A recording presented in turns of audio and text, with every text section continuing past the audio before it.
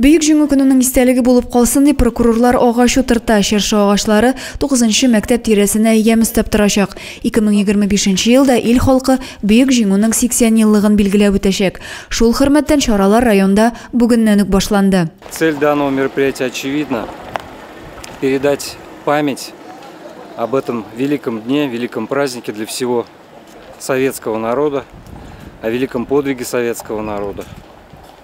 И особенную значимость этот праздник, эта акция приобретает на фоне специальной военной операции. Прокуратура хезмәткәрләренә мәктәп укучылары да ярдәм итә. Алар да яшьтән үк ватанпәрвәрлек рухында тәрбияләнеп үсәләр. Бу территория алдагы көннәрдә дә яшь агачлар белән тулыланачак. Һәркем үсентеләр матур булып үсеп китсен һәм тирә-якны ямьләндерсен дип теләде. Алар киләчәктә дә хөрмәтле ветераннарыбызның каһарманлыгы һәм җиңү турында искә төшереп торачак. Адилә Абраханова, Юлия Казамарова, Зей хәбәрләре.